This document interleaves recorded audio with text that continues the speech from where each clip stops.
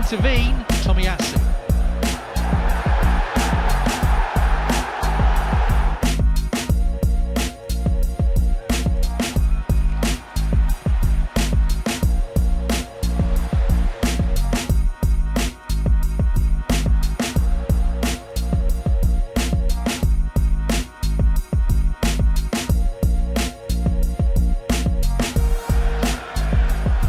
Change here though, Tommy Asu.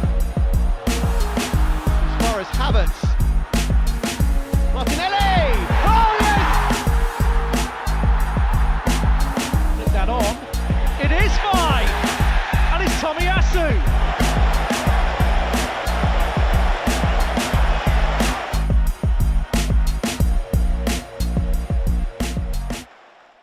What's going on, guys? I am down at Hale End with Lavazza because I'm going to have a cup of coffee with our Arsenal legend, and he's going to let us know what he gets up to around here. So let's go meet him. How you doing, Fer? You good? Thank you very much. Oh, no worries, man. Listen, I was going to come down to Hale End because I want to have a little chat about what you do around here. So let's go grab a coffee. Ready? Let's do it. Let's go. Oh, and it's raining as well. So we need to get inside.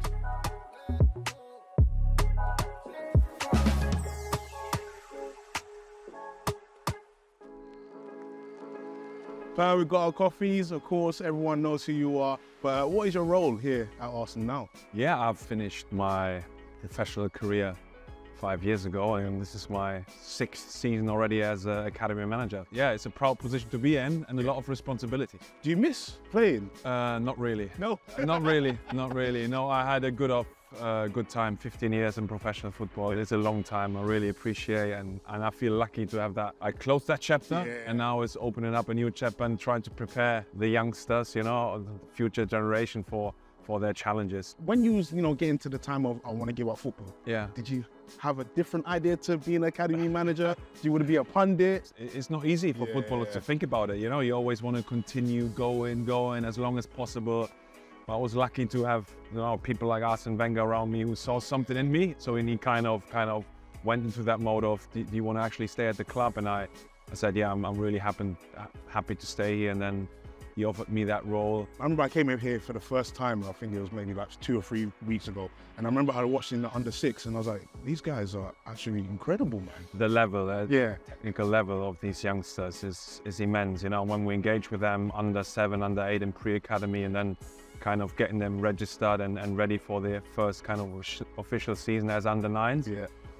They are gifted. You know, there's the gift that again, and we're trying to develop, enhance that, just keeping them humble as they start their journey. On the pitch, they're absolutely amazing, but off the pitch, what kind of projects do you get the academy people in? We engage as many projects off the field as possible. I mean, we have a fantastic link to our community, you know, which is the driving force behind all the fantastic project in Islington and the suburbs around it. And you know, we're making a difference there. So our youngsters trying to understand, you know, how kind of fortunate they are. Life's not only about playing football, but making sure that they make a difference in their communities, in their schools. We have a player leadership group, you know, to selective players of every age group. And they're tackling own project like discrimination on social media. We actually changed the protocols on racism when it happens on the pitch because our youngsters came up with solutions. We went to the FA, to the Premier League, so we think we're making life better and this is what we're about, you know. What Bukayo Saka, what Emile Smith-Rowe, Eddie, what they do there is kind of role model in the next generation, and they know that, and they will always want to come back to Hale End because they kind of know what kind of impact the people and everyone had on them. But you gotta let me know, what is your favorite moment as, an Arsenal player and a manager maybe? Probably Arsene Wenger's call to get me to Arsenal was truly special. You know, him speaking to German and me to get hooked and then telling me all about the club and the story, but I didn't need to know much, you know. I wanted to come here. My debut game against Swansea at the Emirates, feeling the place for the very first time was truly special, getting a clean sheet while Andrea Shavin scored the winner. So against Swansea, that was special. And then won a few finals, but the very special one is the 27th final against Chelsea. What would you tell your younger self or any young person that, I wanted to become a player or an academy manager like yourself?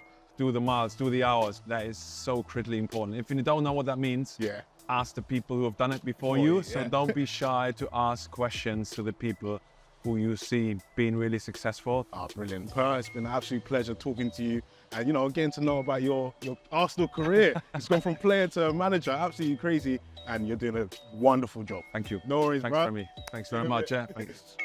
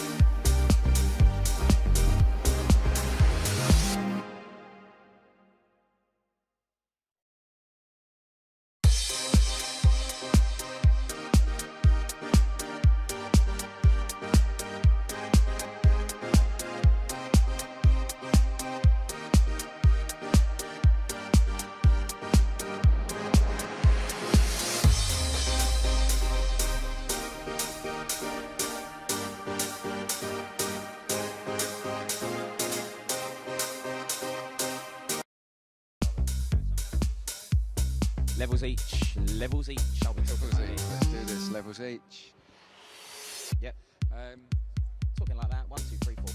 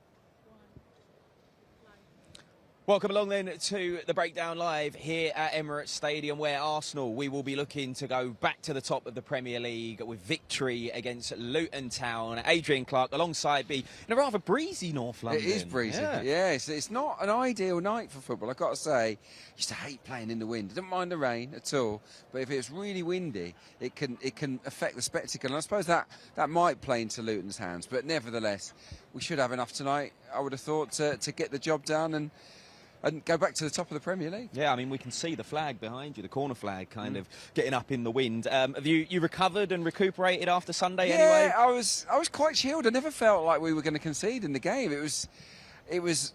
I like the tactics. You know, I know some people are trying to say, oh, is it a missed opportunity? City were there for the taking. I don't necessarily subscribe to that. I just think we did what we had to do, and that is do something different than what we normally do at the Etihad.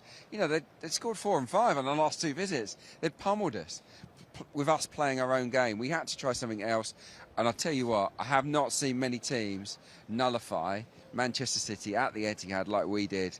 I thought it was a defensive masterclass, and I tip my cap to all of the players and the staff for putting that performance together. Yeah, there's a phenomenal stat floating around, isn't there? I mean, we're the first team to stop them scoring in about 1 billion games. 57. Yeah, so, you know, you can't knock that, I guess. But we'll talk more about the Manchester City performance once we get up to the box. What we do want to talk about, though, is the team, because there really is team news. You know, a lot of the time there might be one change or whatever, but we'll run you through the actual team. So at the back, we've got David Raya, Benjamin White, Gabriel Saliba, and then Zinni is back in. And then it's Thomas Partey, a midfield 3 of Thomas Partey, Emil Smith-Rowe, and the skipper Martin Ødegaard. Then up front, Reece Nelson comes in. He wasn't even on the bench against Manchester City. He comes into the starting lineup. Trossard and Havertz complete the 11. I mean, where do we start there? I guess the big talking points are Smith-Rowe and Nelson into the team. Yeah, look, they haven't really been close, have they? They haven't been getting game time off the bench. So, look, we've got a tough game on Saturday evening, haven't we, at Brighton? Now, Luton have got a lot of injuries. We know that. They've not won in a while. I think it's 9 without a win. I think Mikel has just weighed things up and thought, this is the time to rotate. This is the time to give Rice, Saka, guys like that a breather. Let's hope that the guys who come in can take their chance. They're all brilliant players, aren't they? It's not a problem. But yeah, it's a surprise because Reece wasn't even on the bench. Emil's barely played of late, but what an opportunity for them to shine and to make a really big impact. Because I always felt we would need all of the players during the running, because it's such a busy month. Look at April, look at the fixtures to come. We need to tune up everybody because we'll need them at some point. It's twofold, isn't it? It's like you said there, there's players who need to get, up to speed, so tuned up. And there's also players that need a rest, like Saka, like Declan Rice, Yeah, well, Declan played both games for England. Yeah. He's a machine, we know that. But still, the mental side of it, you don't want him jaded. You want him fresh for the biggest games of the season, don't you? So we've got Brighton and Bayern Munich. They're 2 big old games, 2 really tough games. So I understand the changes, I do. I think that I'm slightly surprised Gabriel Jesus doesn't start and Gabriel Martinelli. Happy birthday, by the way. Yeah, happy birthday, Gabby. Jesus' birthday, isn't it? Yeah. Gabriel Martinelli, I thought might get a shot. But look, he's shaken things up. Hopefully it doesn't backfire. Hopefully the boys will deliver. I've got to say, it's such an Mikel Arteta thing to do. Yeah. I mean, when the team news dropped, we were so surprised. Well, I was almost thinking, is this right? Yeah. Can someone check this? Because it was unexpected. But yeah, I think they're all quality players. I'm not worried about it. We've still got more than enough to beat Luton Town. But when you make that many changes, you just think, well, things could become a little bit disjointed. That's the danger. Yeah, well, we'll have to wait and see for that. But you know what it's like when we're here at Emirates Stadium. We love to kind of give you a feel of everything that's going on, not just out here with me and Clarke. And Nicole Holliday was underneath the stand, where the team bus arrives, and she managed to catch the arrival. Nicole, over to you. Thanks, guys. Yes, I am here at the players' entrance waiting for the players to arrive, which is going to be any second now. I can hear our Arsenal supporters outside the front cheering. Gunnosaurus is out there living his best life, so I have no doubt that the players will be walking right behind me any second now. Is that Mikel Arteta? Yes, it is. Okay, they've started arriving, as you can see. A big game tonight against Luton Town. And I know we say that quite often, but it's because every game now is so important, okay? The players are going to be arriving behind me right about now. There you can see Martin Odegaard walking past. Guys, I'm really excited for tonight. I don't know why I'm whispering. It's because I don't want to throw them off. They're in the zone. They're getting ready. They've got their headphones on. I don't know what they're listening to. And they are just getting prepared for what could be a really big and potentially difficult game if you remember the last fixture against Luton this season.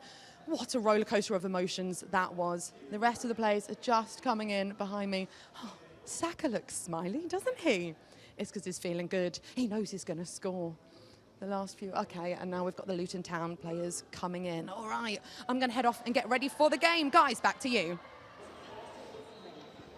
Yeah, thank you very much, Nicole. We'll check back in with you in a bit. But as you can see, Clarke and myself have been joined by another two, actually, from Arsenal Philadelphia. We've got Stuart and Mike. Lovely to see you guys. How are you feeling ahead of this one, then, off the back of that Manchester City game? I'm feeling confident. You know, if I took you asked me before if I could take a point out of Manchester. Yeah, I'd say yeah every time. Yeah, you were saying something similar, weren't you, Clarke? Yeah, I just think we had to change things up a little bit. And we've changed things up a bit tonight, haven't we? I don't know if you've caught the team news that we just announced there, but lots and lots of changes. Smith Rowe in, Reece Nelson's in, Zinchenko's back, Tommy Asu too. What do you make of that?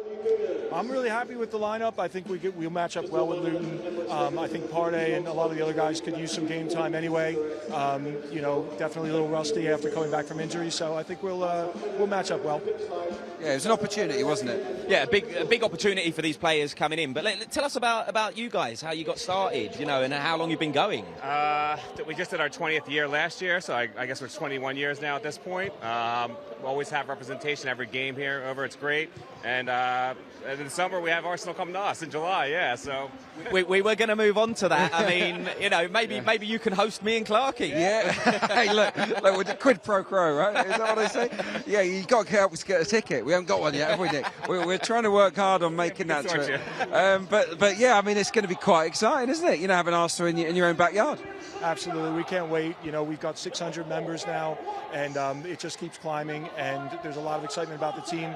I really have always felt like Philadelphia is a real Arsenal town, so this is going to be a really great experience for a lot of people. Was Philadelphia an Arsenal town? And what is it about the club, about the spirit of the club, maybe, that appeals to people from where you come from?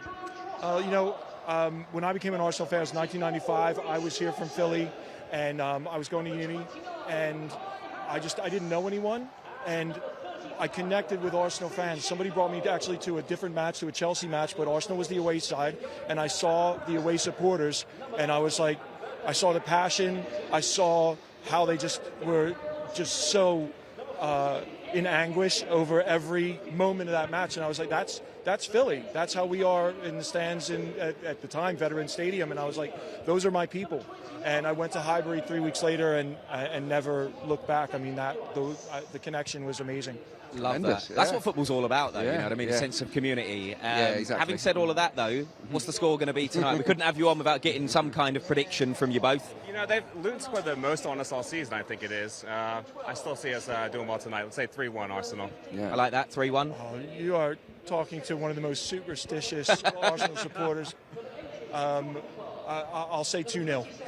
We like that clean sheet. It's really tough for me to do that. Well, listen, I know there's 30 of you guys in today fantastic. as well, right? Yeah, absolutely brilliant. Great to have you here at Emirates Stadium. Yeah. Enjoy it. Yeah. Make sure you sing nice and loud so we can hear you. And I'm sure we'll catch you when we come out to the States. Yeah, we're all over that. The more we say it, Clarke, the more it happens. You know? Nice one, guys. Good to see you. Good to see you. Yeah, thanks a lot. Yeah, nice one. Brilliant. Lovely.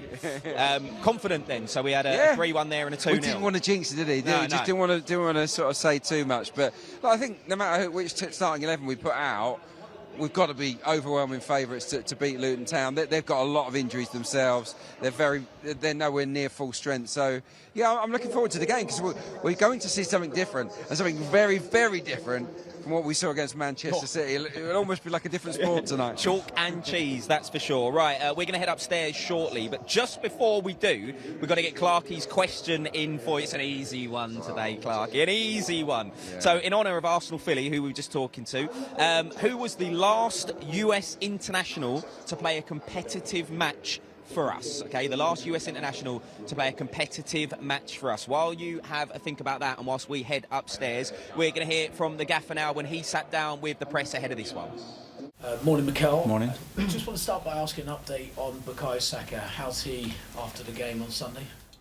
Yeah, he's fine. Obviously, we haven't trained, just recovered. We'll have a short light session today to prepare the game. And we'll see whether he's in the best condition to start or not.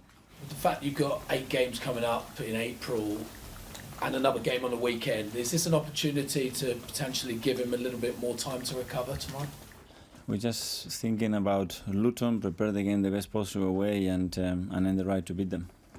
And Gabriel Martinelli coming back, Yeah. is he in the frame, is he in the right condition to play a full 90 minutes? He is, because he was available to play against a really tough opponent 3 days ago, so he certainly is today. Again, we will train today and see the state of every player and make the right decision tomorrow. Getting to this stage of the season, so many games coming thick and fast. Is this a time where you need all your squad available if you are to be successful? Yeah, we have discussed that and pushing for each other and available to contribute in any way to help us win the game and perform consistently the level that we need to, and we're going to need everybody. Yeah. Is that something as a coach you've got to work with those players who maybe haven't seen as much game time recently to keep them motivated, to keep them on the edge and ready to perform when needed, particularly at this stage of the season? Yeah, that's certainly something really important. They really need to feel it, and the best way to feel it is to play minutes when they don't have that capacity to show what they are doing. They have to show it in training. We have to be close to them and we have to convince them to keep doing it, to earn the right to play. On Sunday we saw maybe a different style of Arsenal performing, but having that different way of playing in order to get a result, is that just showing the evolution of this squad? You have to, sometimes because you want to adapt, sometimes because you have to adapt. And you have to have that resilient and leave your ego aside and your ideology aside and do what you have to do to win the game. And I thought the team was mentally really strong and really clever the way they did it.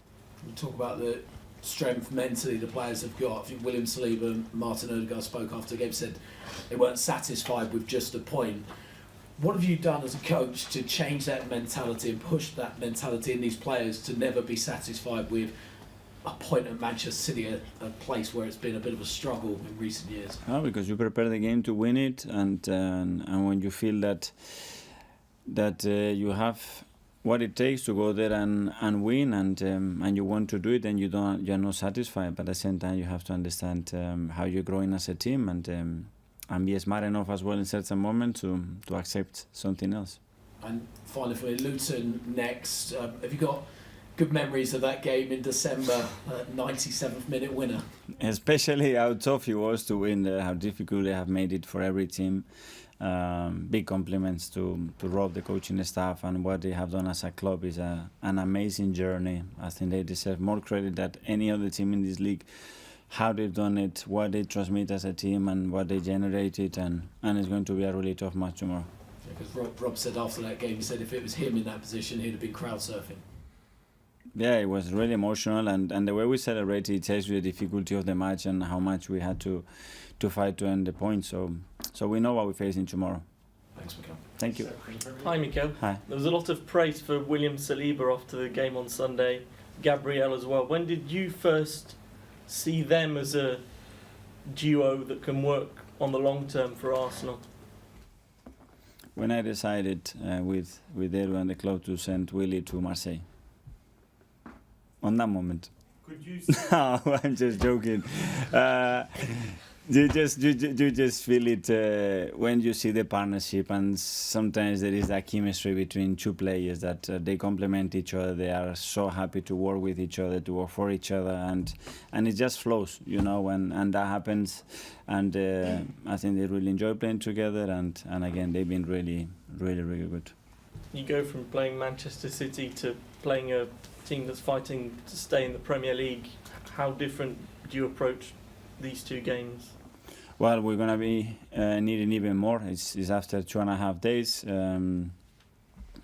They are in a really good moment. When you see the games that they have played, when they haven't won, they've been really tough. And that's the games. You know, we have some extraordinary results against the other two teams that are at the moment leading the table, and we are not top. So that means that we have missed certain points somewhere else. And that's where we have to put the emphasis now tomorrow. You're approaching probably one of the most crucial periods of the season. How do you see that? Is it a challenge? Are you worried? Are you confident? I'm really excited, but we have these discussions. When we play Liverpool, I remember at home months ago, it's a must win or not lose, because if not, the title is over. That was 2 months ago, you know. So it's always like that. When you look back in October and you feel the necessity to win and be there, and it's not gonna change from now to the end. Obviously, the end is coming. 9 games is still a lot, and just embrace the moment, go game by game, and make sure we fully prepare for tomorrow to perform well. Thank you, Mikel. Thank you. Hi, Mikel. How are you? I am good. Last season, the narrative was that Arsenal didn't win the league because William Saliba was injured and missed the run-in. How important this season then is it that you do keep all your players, including Saliba, fit? I didn't know about the narrative. So what is the narrative this season? So Saliba is fit. So what's going to happen? You tell me. I don't know. It has to be a narrative, no? So the narrative when he doesn't play, it has to be a narrative when he does play. Well, when he does play, you win the title. How's that? Okay, let's take that one. Okay, let's move on. But it is important you keep everyone fit, right? For sure. And obviously he's a massive player for us, and you see the impact he has in the team. And we need everybody, and we need everybody at their best. Luton tomorrow, then game of the weekend, and Bayern Munich. I mean, you're still going on 2 fronts to win trophies. Just explain to us how, since you've taken over, you've arrived at this point whereby in the top competition in Europe and the top competition in this country, you're well in with the fight with a month to go. Well, this is where we want to be, and now we want to take this opportunity and make it happen. And we worked every single day with that enthusiasm and passion to make it happen, and enjoying the moment as well. I see the team really flowing, and they are really excited about playing each game, and that what has to be drive now this journey to the end. The team is enjoying the moment. What about the manager? Yeah, I am as well. I'm very excited. I'm full of energy, and it's the most beautiful part of the season. More excited than when you were as a player? It is different, and here I haven't been in this position when I was a player, but I think it is different. And finally, obviously, we always say it's a marathon, not a sprint for the Premier League. But Jurgen Klopp at the weekend said with 9 games to go, it's now a sprint to the finishing line. Do you realistically think Arsenal have to win every single game to win the title? I don't know, but it's going to have to be really close to that. When you see the level and the consistency of the other teams, and historically what is needed to win in this league, it's not going to be very far from that. Thank you. Thank you. Hi, Mikel. Just on the discussion around the squad and how you use it, you mentioned obviously players have to earn the right to play in training, but I was wondering, with, I guess, the players who aren't starting, does it matter in terms of the amount of minutes they get off the bench if they haven't really got that kind of rhythm in games? Yeah, it's always that balance, you know, and when you play and you haven't played, yeah, but it's my first game, but our obligation and our duty is to be prepared to play any minutes in any moment, and you see a lot of moments that are an example of Rhys. When you look at Rhys' moments, best moments for Arsenal, it is a moment that he played a few minutes and he made a huge impact, and it was the best days of his life as an Arsenal player.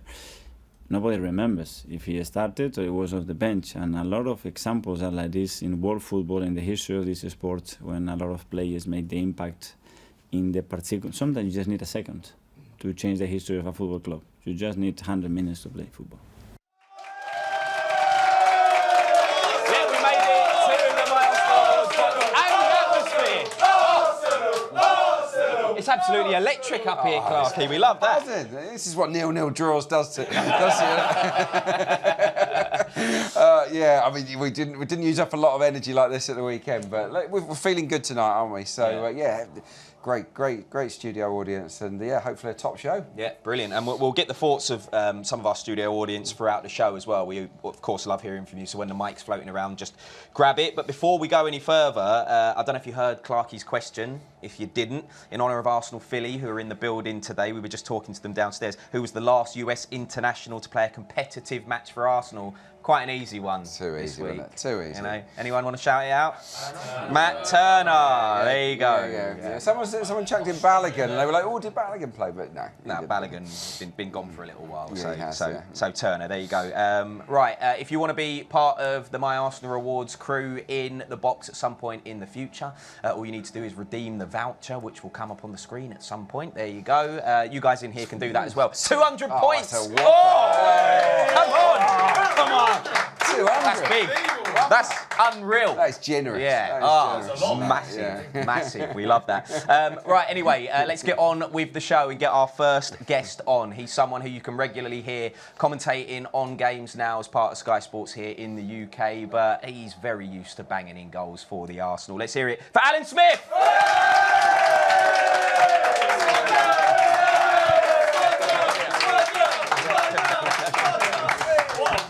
We've got a lively crowd in tonight. Yeah. It's only water here, but you know, who knows what happened before we went live. Listen, brilliant to have you with us. Night off for you tonight. Then you're not working, obviously. No, I'm not working tonight. TNT. The mic. Of course it is. Yeah. The mic. Yeah, better speak through the mic. Talking of debuts, I gave Clarke his debut, didn't I? He did. Wasn't I kind? Yeah. Yeah, you were fuming, weren't you? Wasn't happy, yeah. It was like, got dragged. George gave me the big hook, But no, it was a play. When you're making your debut, it's exciting enough, isn't it? But when you come on for Alan Smith on your debut, you had a stinker as well, didn't you? That's harsh, isn't it? It's harsh. Massive shoes to fill. Well, I think we're quite different players, weren't we? I think Kevin Campbell moved from the left and I went out on the wing. But yeah, it was good old days, eh? Good days. Good days. Let's talk about this season. You know, so far so good. I guess we win tonight. We go back to the top of the table, which is nice. But I'd like to get your perspective on how things are going up front. You know, Kai Havertz has come in, sometimes plays there, sometimes doesn't. We think he's going to be there tonight. Yeah. You know, what are your thoughts on him and kind of how we're doing in front of goal? Well, it wasn't so long ago. We all thought we've definitely got to buy a centre forward in January, and I thought, well, we weren't saying that this time last year, were we? When we were scoring goals, it was just that period we had when we couldn't stick the ball in the net, but. Yeah, it's a bit of, I wouldn't say a mishmash, but you know, maybe Jesus will go in there or Havertz or whatever. We play a false nine. We're getting by playing in that fashion. I like Havertz. I'm a big fan of his. I think technically he's an excellent footballer, and he's obviously scored some important goals lately. So it's been good news. The fact that we haven't had to lash out, 100 million, whatever, which I don't think we've got anyway. That isn't. I don't think that's going to hold us back this season. Really, I don't see it as a big problem. He's stepped up, hasn't he? I think he's a good target man. His movement's excellent. And he's started to score as well. What did you make of our tactical approach at the weekend? Because I was on the radio at the weekend. They were trying to paint a picture that we missed the opportunity, that City were there for the taking, and I said no. Look. Did you see us at the Etihad the last few times we've gone there and tried to play our own game? I thought it was the right approach. What did you make of it? I did, and of course now we've got the ability to do it. Maybe last season we wouldn't have been quite good enough to do it, but we're so much better defensively now as a structure right through the team. And I think that's one of Arteta's biggest accomplishments, really, to improve the side in that way. But no, I wasn't disappointed by the approach. We had our moments, didn't we? You're always going to be under the cosh a little bit at City. But I just think now, they're there and we're quite close now. I mean, that's a great compliment to Arteta's Arsenal, I think, that we are really close to them. Very close. The gap was massive, it wasn't it, was. before? And the way we've closed it so quickly, I think, is amazing.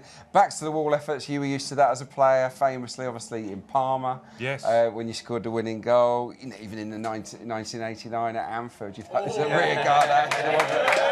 Too young, far too young to remember. Yeah, not very many. They've seen the film. But look, that's kind of the Arsenal way, isn't it? Like going away and digging in, producing these defensive masterclasses is part of our DNA. Is. Well, to be title winners, hopefully, you know, touch wood, you've got to have that ability, I think.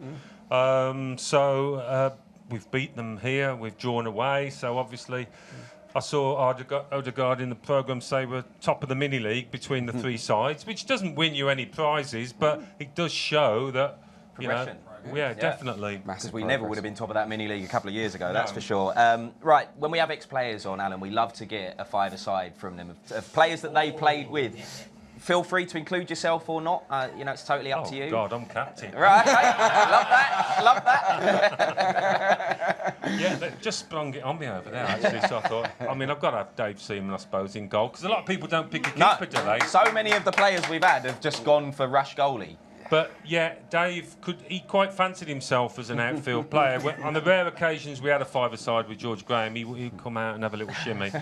So I'll have him, I'll have me, I'll have Rocky, obviously.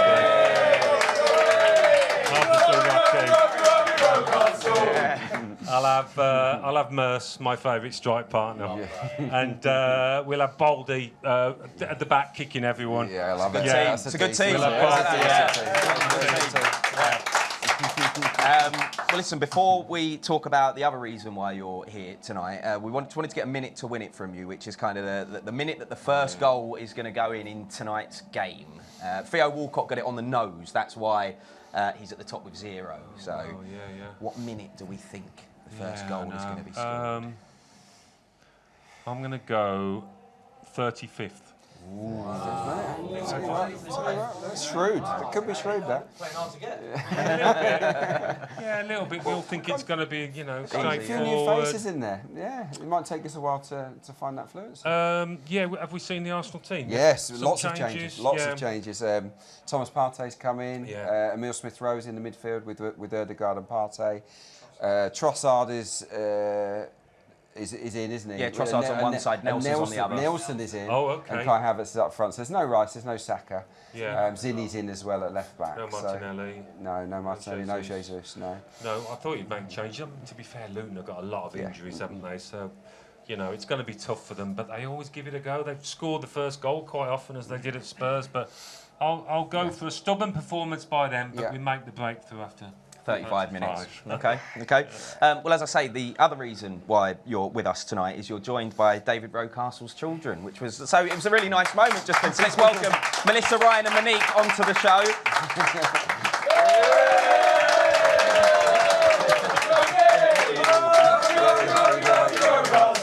Lovely to see you. Keep coming, I'll come out. Can I just say it's the most people we've had on at one time, so and we still only have one mic, so there might be a bit of microphone sharing going on.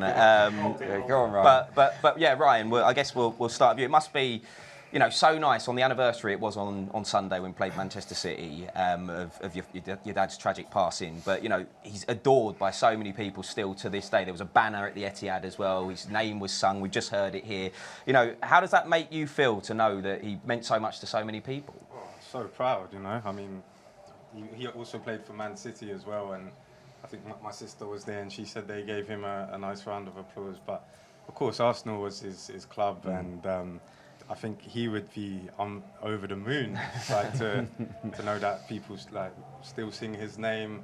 You know, all get so many messages around this time of the year. So yeah, I'm very proud. And it's not just once a year. No. It's almost every game, isn't it? Yeah, especially the away fans. You know, we sometimes be watching at home and we can hear it through the TV. My mum's like, "They're singing your dad's name." Yeah, oh, that's got to be lovely. It's very nice. And Melissa and Monique, what about Ian Wright? Because I know he's like, you know, he's basically Uncle Wrighty, isn't he, at this point? You know, what's your relationship like with Wrighty, and kind of give us a bit of insight, because I know he loved Rocky to death. You know, if you've read his book or you've ever heard Wrighty speak about him, it's just unreal. Yeah, he did. He's great. He's still there with us, and you know, like, we have our jokes with him, and yeah, it's an off-pitch relationship, so it's really, really nice. Yeah. And the one player that's come closest to reminding me of your dad is Bergkamp, who wears the number 7. I mean, do you feel that? Like, because obviously he's just stylistically so similar. He's a really strong right winger, loves to take on defenders. I mean, he's the closest, I think, in style to your dad that's represented the club. Yeah, and funnily enough, our mum actually has made a comment before watching saying, "Oh, he really reminds me of how your dad used to play." And you know, yeah, we love him to bits. We think he's amazing for the club, and it's nice that he's wearing the number 7. And we've seen photos of him with Rocastle on his back, so that's really nice to see sort of Dad's legacy live on through the players as well. Yeah, perfect. I just know, coincidentally, you got the shoes on, Clarke. I have got the shoes on, yeah. You've got the honour oaks on. Nice. Yeah. I got bought these. Yeah, my wife bought me these for Christmas. Yeah, They look really good. Well, they're very rare, aren't they? They were quite limited edition. I told her, I said, like, these, I like these. Like, 'cause I got no in, unfortunately. You know what Arsenal are like. So I couldn't get them, and yeah, I don't know where she got them from. I hope they're the real deal and they're not fake ones. they look good to us as well. Thank you. Yeah, they've been verified. You know, I mean, there you go. Well, listen, guys, it's lovely having you here. Of course, you'll be rooting for an Arsenal win, I'm guessing. Listen, let's hear it for the Rocastles and for Alan Smith. Nice one, guys. Thank you very much. Lovely to meet you. Take care. Oh, brilliant. Absolutely brilliant. Love it. You know, great guests. It is so nice to have, you know, Rocky's family in the building, and also for them still to be such a big part of the club and feel so included. Yeah, exactly. The club have, you know, they've included them all the way through. It is brilliant, and yeah, they've been in the box here before, haven't they? Watching a game with us. Lovely family, and I was very privileged to sort of to play, albeit just at training ground games and things like that, because I was a young player coming through at the time. But yeah, I sort of played on the same team as David Rocastle. You know, it's something you can you tell your kids, tell your grandchildren, because he's a genuine legend. Yeah, I mean, what was that like? You know, 'cause, I mean, there were so many legends in the Arsenal team when you were coming through. But I grew up, I got spotted when I was 10, and then, so I used to come to all the games, sort of 87, 88, 89, 90, 91. It was a golden era, really, for Arsenal. We won trophies, we won cups, then we won leagues. And all of those guys, Smudger, Rocky, Michael Thomas, Nigel Winterburn, all those guys that we know so well, they were the stars of that team. And then suddenly you're old enough to play with them, and it's like, wow, this is amazing. So yeah, I was very, very lucky, very lucky. And they were involved in some classic Arsenal teams, and I do think that this current squad has similar traits and similar hallmarks to the team in '89 and '91. There's a real heart and spirit running through the group, and I think that Saka, that sort of the way that he mimics Rocky to a degree, I think that's a part of it. Yeah, big compliment that is for Bergkamp. Right, we did Minute to Win It just then with Smudge, and he went for 35, which is quite interesting because you've noticed something about this Arsenal side, right? Yeah, well, let's get some numbers up, because I thought it'd be fun, because we've got another guest, or a couple more that are going to come in and try and make a guess here. This is home games here this season, so we've scored the opening goal in 11 of 14, so chances are we'll do it again tonight, but the average minute is the 30th, so Smudge is not too far off it. He's a pretty clever guy, and he's an educated footballer, isn't he, Alan Smith? But look, we've had a few 0 to 15, but the purple patch really is sort of 16 to 30, so look, yeah, but if you're looking for the first goal and you want to put a fiver on it or something, then maybe that's going to help you out. But we tend to start pretty well. We score a lot of goals inside the first 30-35 minutes. Hopefully tonight that'll be the case, because it would just settle us down, won't it? Because even though it was a good point at City, there's pressure tonight to win, and maybe to win well as well, because we want to maintain our goal difference, because Liverpool have got Sheffield United tomorrow, and I really would expect them to rack up a few goals in that one. Yeah, I mean, we were talking about it on the way to the studio just earlier. Tonight will almost be like a different sport compared to what we saw at the Etihad on Sunday, because, you know, as much as we like to get out early and score goals, at the Etihad it was never going to be like that, was it? It's never going to be like that. It's just, I just think it was a needs-must situation. We'd conceded, obviously, 9 goals, but also in those two games previously where we conceded 4 and 5, they'd had 9 shots on target and 10 shots on target. You know, they battered us. And that was us trying really to play our own game and saying we can go there and live with them. But we had to batten down the hatches. This is the back four, this chalkboard here. This is their defensive contributions. Tackles won are in green. The rest are clearances, interceptions, sort of picking up loose balls. You just look at that back four. The way they protected their box was outstanding. Absolutely brilliant. And what I admired about the performance was that it was so different to our norm. You were asking our forward players to basically play as defenders, and no one let the side down. No one switched off. No one got lazy. Everyone really concentrated. From memory, you know, I was a winger. Didn't really like defending that much, and it's easy to switch off. It is easy to make mistakes. So well done to all involved. It was a real collective effort. Yeah, felt at ease. It wasn't like watching it. It wasn't too stressful. We haven't got the mic on you, so we can't hear you. But basically just saying it didn't feel too stressful. It didn't. No, it didn't feel stressful. Yeah, they didn't really create anything of note, did they, Manchester City? And no one's. I can't remember anyone doing that to City. Villa, who are obviously playing Man City tonight, they limited them to just 2 shots, and they were both in the same minute of their win earlier this season.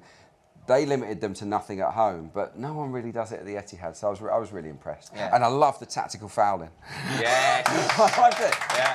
I loved it because we've been the victim of it too often. We've been really frustrated on a number of occasions, and Manchester City are the masters of it, aren't they? I mean, they've been doing it for years. You go past them, bang, they take you out, and they sort of rotate it. So I was pleased that we sort of were a little bit more cynical, shall we say. Yeah. Right, well, off the back of that, just before we get to the thoughts of some of our studio audience, the supercomputer's back, Clarke. But the supercomputer doesn't rate us. Listen, I've got an issue with this, but you just run us through what we're seeing. I think I've got an issue with it as well. Look, Liverpool, according to the supercomputer, have got a 46% chance of being champions. City are 32%, and we're there at 21, 22%. We're the outsiders of the 3 according to them. I guess this is because of the run-in. It can't be because of the form book. Yes. Because, you know, we are playing every bit as well. Probably we've been playing better than City and Liverpool. But also, you know, we spoke about Liverpool on the game on Sunday, and we kind of feel like they're riding their luck quite a lot. They're definitely riding their luck a little bit. You know, they're asking a lot of their goalkeeper. They're giving up a lot of chances. I think there's a blip in them to come, maybe 1 or 2, because, you know, they've not got easy fixtures the whole way through. So, yeah, I think the supercomputer's hopefully got that wrong, but maybe it suits us. You know, not being the front runners, not being the ones all eyes are on us, because the narrative now is, oh, it's Liverpool's to lose. I'm quite happy to let them have that around their neck, if you know what I mean. And I think the boys will be happy with it too. Yeah. Let us come in the shadows. Exactly. Yeah, sneak up behind him. Yeah, it is interesting though, isn't it, that even though we're ahead of Manchester City at the moment, the supercomputer still believes that they will turn it around. Yeah, I don't know what they base it on, because on numbers, like in terms of our attacking numbers, our attacking numbers are every bit as good as theirs. Our defensive numbers are miles better than City and Liverpool.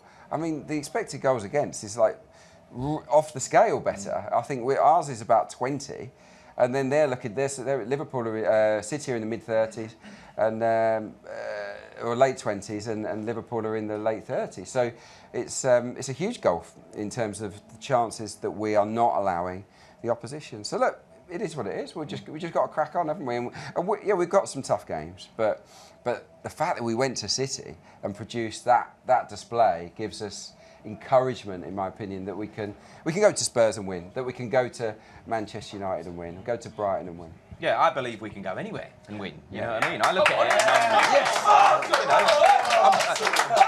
I'm not scared anymore. You know, I don't know about you, Clarke, but that's just how I feel. Bayern Munich, bring it on. I'm confident. what I say. I'm confident in this team. I'm confident in this team for sure. They went up in my estimations. That was a massive jump. That was a massive step forward. That was proper progress with that performance at City. Now they've just got to back it up and win the rest of the games. Yeah. Right, let's get our next guest on, and it's a big one. He's someone who's been putting in some great performances for our opponents tonight. He's in the building at Emirates Stadium, though. Albert Sambi Lokonga's here, everybody!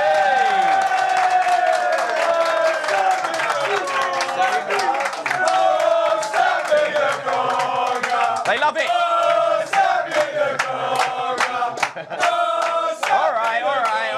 Got an interview to do. Sambi, it's great to have you back at Emirates Stadium, man. How does it feel to be back? Good.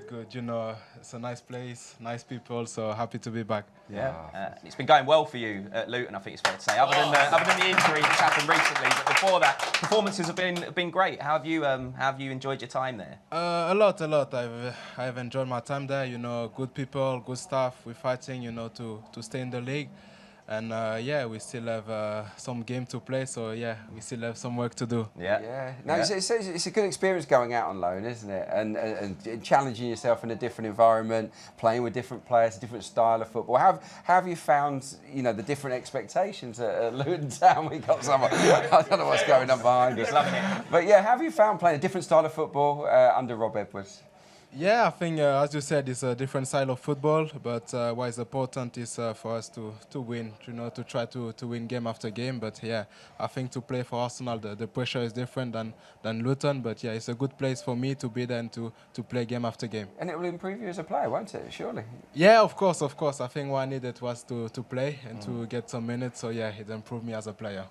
Is it your first time back at Emirates Stadium, or have you been back to see games? No, I think it's my second time. Okay. And have the boys been in touch with you, the Arsenal boys? Have you been kind of keeping in touch with everybody? Yeah, of course. There are some players who are still meet outside of football, so of course. Okay. Yeah. We're not going to touch on, you know, allegiances tonight and all that sort of nonsense. So I'm not going to put you on the spot. But you must be. Obviously, you're watching from afar. How pleased have you been with the progress of the team here? It's been a good season, right? They've been doing well, really well. I think now against even a low block, they can find the key, you know, to score a goal. So I think they made a big progress. So let's see until the end of the season. Yeah, heading in the right direction, aren't we? Yeah. And for you personally, how's the recovery going from the injury? Very well. I think I'm not so far to go back on the pitch, so that's where I am at the moment. I'm sure Luton fans, if they're tuned in, will be loving that. Well, I think a lot of Arsenal fans have adopted Luton as their second team because of Sambi, right? Yeah, because we all want you to do well, and I think there's just a likeable team, a nice club, aren't they? Rob Edwards is a good guy, isn't he? Have you felt the love from the Arsenal fans? Yeah, of course. I think we can feel it, especially me as a player. You know, when I see some fan outside, they still give me some boost and, you know, telling me that we're following you. So it's a good thing for me and the team. Brilliant. Well, listen, Sambi, before we let you go, we're not going to get you to pick which team's going to score the first goal. But we do ask all of our guests to pick what's called a minute to win it. It's basically what minute do you think the first goal will be scored in today's game? And I always point out Theo Walcott is top because he guessed it exactly. Okay. So what minute do you think the first goal is going to be scored in? I will say 25 minutes. Gone for 25. 10 before Alan Smith. 10 before. It's an intelligent midfielder, you see. Well, listen, it's a pleasure to have you back at Emirates Stadium. Hopefully we see you in the red and white at some point in the future, and the recovery goes well as well. Let's hear it for Albert Sambi.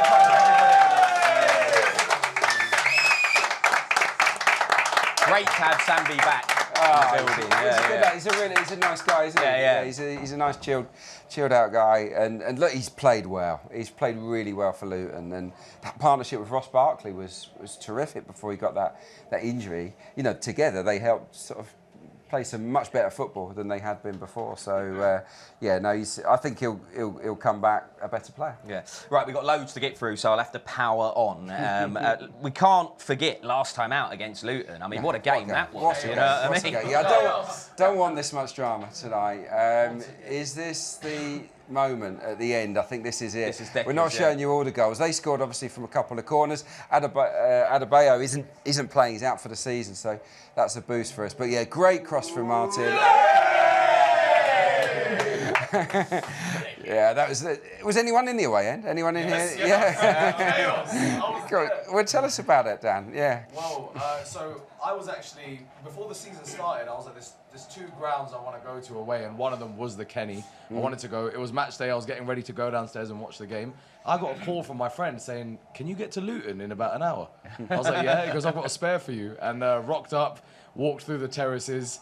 I actually walked through what was a new part of the stadium, and it looked like I was in the 60s. And got into my seats, and I could have been in League 2, and I would have believed you. It was, but the charm of it, the atmosphere was amazing, and the game itself, incredible, an all-timer. Yeah. Were your limbs everywhere? Me and Kemp Saturday wave riding all over the place. Hoff as well it was pure chaos at the Kenny. Well, I think it's fair to say though, Clarke, since then we found our feet a little bit more, especially at the back. You know, we tightened things up, didn't we? Yeah, we have. I mean, because that was a shock, wasn't it? A shock to the system, conceding 3 at Luton. Everyone thought we were going to roll them over, but they gave us a lot of problems. We had issues at the time with set pieces, defending them. We weren't defending very well from them. But I think it was like a wake-up call for us. It sort of woke their season up. They picked up a lot of positive results off the back of it. And for us, we've had a lot of clean sheets since. We've not looked like conceding multiple goals, have we, in the matches that have followed. So I think we've got some numbers. I just think sometimes you need a jolt. Sometimes you need a jolt to make you think, well, we can't do that again. This can't be allowed to happen moving forward. So yeah, I think there would have been a bit of a steward's inquiry, and they'd have looked at it and thought, right, let's get back to a clean sheet mentality. And yeah, since then we've tightened up massively, haven't we? So yeah, long may that continue, because that's what helps you win titles if you've got a strong defence. Yeah. We've got to be careful though, like obviously we've been discussing how different this game is going to be to Manchester City on Sunday, but we can't underestimate the Luton side. They've scored in 18 consecutive Premier League matches. There's a record for the promoted teams that stands at 20. That's a phenomenal return for a team like Luton. So we've got to end that run tonight, hopefully, but they might score, which would put us under pressure to score multiple times. But yeah, they're dangerous. Carlton Morris going for, inside the box is a threat. Ross Barkley, we know, is a good player. We'll get to a couple of their other threats a little bit later on. So yeah, look, we can't underestimate Luton. They're a team of character, spirit, and Andros Townsend as well on the counter-attack. He's someone that can do some damage. He set up a couple of goals. He set up a goal, didn't he, at the weekend? Andros Townsend at Spurs. So yeah, we can't take anything for granted. They pushed Tottenham at the weekend. Hopefully, we can do a much better job. I mean, their weak point though is keeping clean sheets, I guess. They not many of those. Yeah, they don't do it often, so that's good news for us. And they've got so many injuries, Luton. You guys might not be totally familiar with the players at Luton, but a lot of their defenders are out. Obviously, Tom Lockyer's doing the TV tonight. We had the collapse, didn't he, which was awful. But a number of other defenders are out as well. So yeah, I expect us, even though we've made massive changes, to do the business tonight. Yeah, this is us. This is Luton Town since January. No clean sheets since January. Conceded 1 twice, 2 twice. 3 goals on 2 occasions, and have actually conceded 4 goals 3 times since January. So I'm expecting us to score 3 or 4 tonight. We'll take any win, but really I think par for the course would be 3 or 4. Yeah. Right, let's have another guest. Why not? Why not? I know. Another one. In the words of Davina, do you want another? Right, it's someone I've known for a while, actually. She's my colleague on BBC Radio 1 Extra. She's all over the telly these days. Snoochie Shy is here, everybody. Hello. Good to see you. With the personalised shirt. Just jump in the middle. Got the personalised shirt. What number's on the back there? It's 13, it's my lucky number. It's on my finger as well. Thank you very much. Why is 13 your lucky number? My brother's birthday's the 13th, mine's the 13th, my mum's the 10th, my dad's the 3rd, 10 plus 3, 13.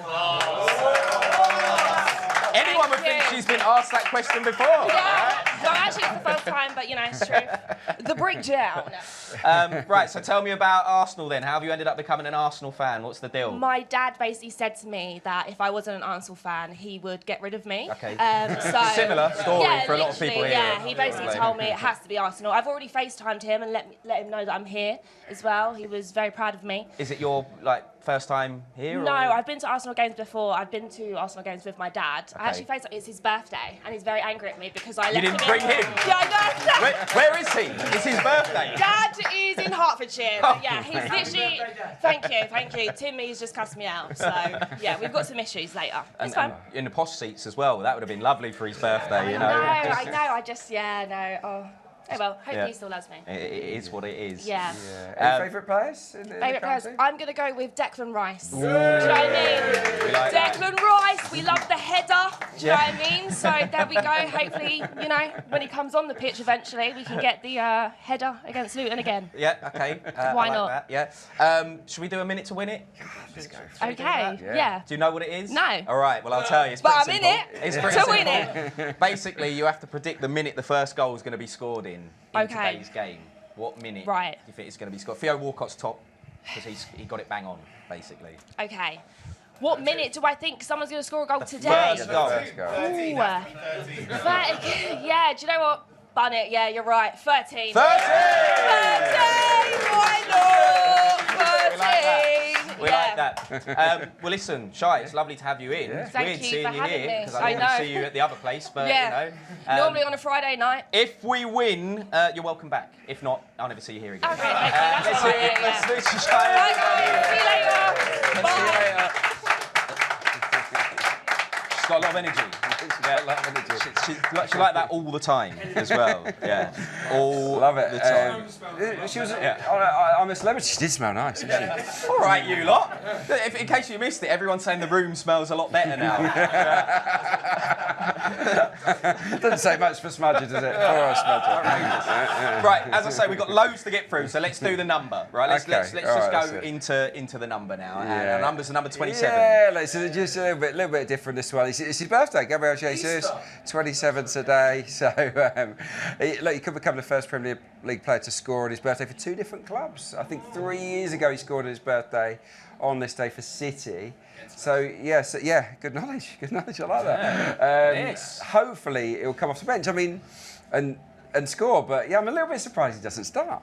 I thought that it might be an opportunity to rotate Kai Havertz tonight and to get him some minutes in that centre forward slot. I think his style of play might have caused disruption to Luton. He was brilliant in the game at Kenilworth Road, if you remember. He did that quick throw that helped set up the Martinelli goal. He set up one for Havertz and he scored as well. He scored a header himself. So for me, he was probably the man of the match that night. So yeah, it's a shame he's not playing, but there's obviously a reason behind it.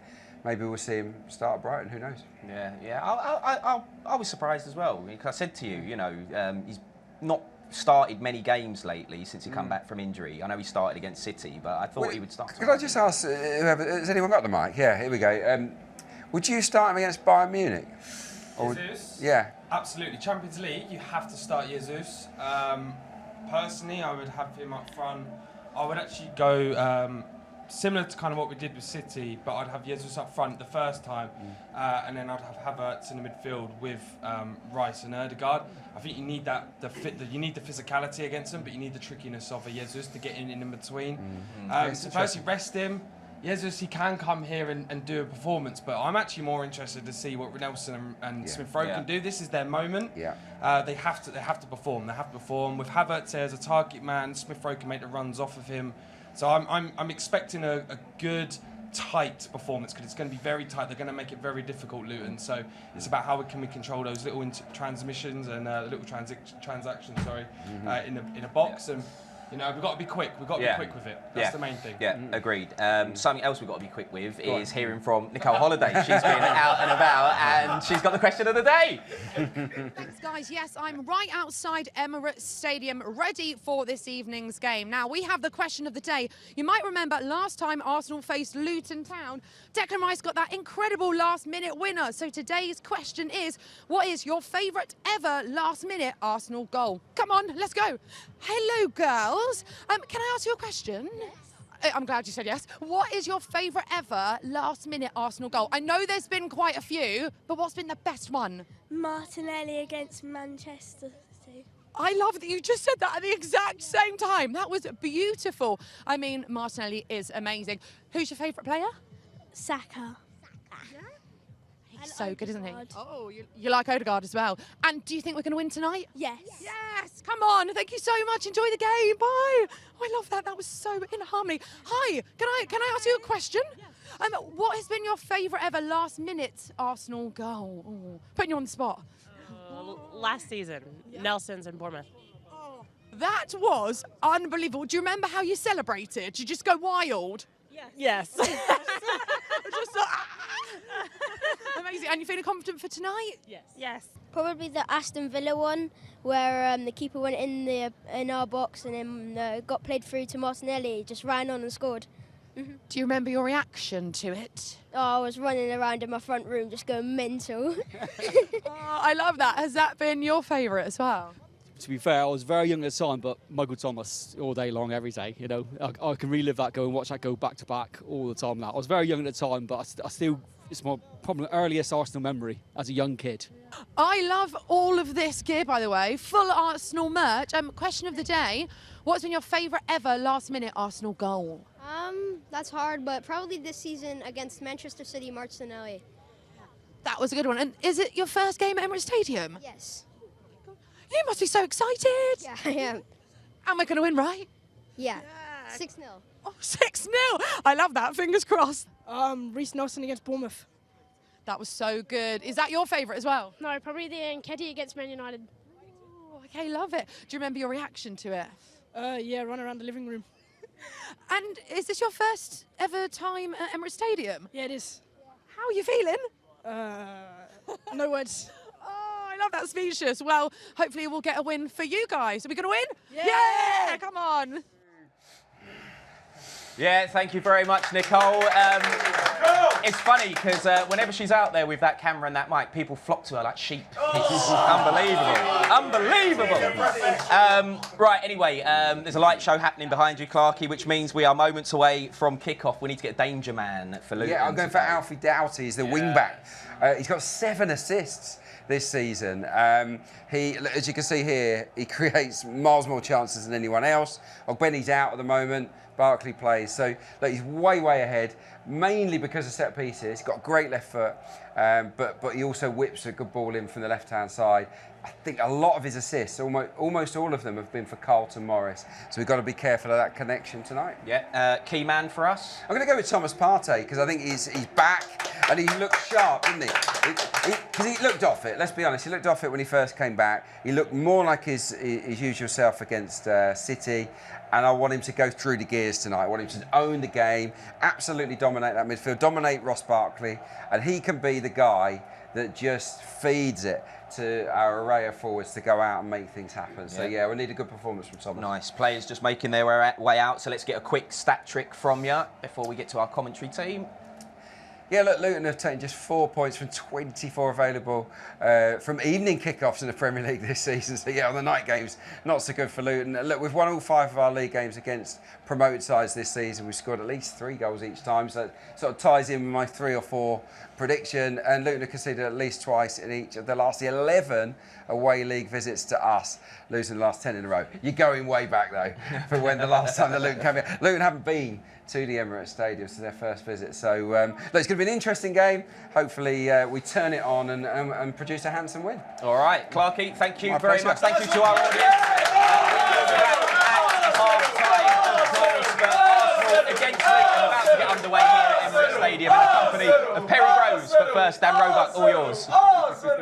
Many thanks to Nick and to Adrian and all the gang upstairs. From arguably the toughest away game in the Premier League to potentially the easiest home fixture, Arsenal face Luton tonight, aiming to go top of the table once more, ahead, of course, of Liverpool's game against Sheffield United tomorrow. But complacency can be a cruel mistress, and the Gunners must guard against any lapse in concentration versus the Hatters tonight. Perry, this should be straightforward, but Mikel Arteta's side must earn the right to play, as they say, and match Luton tonight before hopefully our better quality comes through? Well, it's all about attitude, and our attitude has been exemplary this season. Maybe a caveat at Fulham away, but I don't think it was the attitude. I think all the outfield players just had a really bad game at that same time. I was behind enemy lines on Saturday watching that other mob from North London against Luton. And Luton remind me of the boxing fans that they're Derek Chisora, where, like the heavyweight boxer,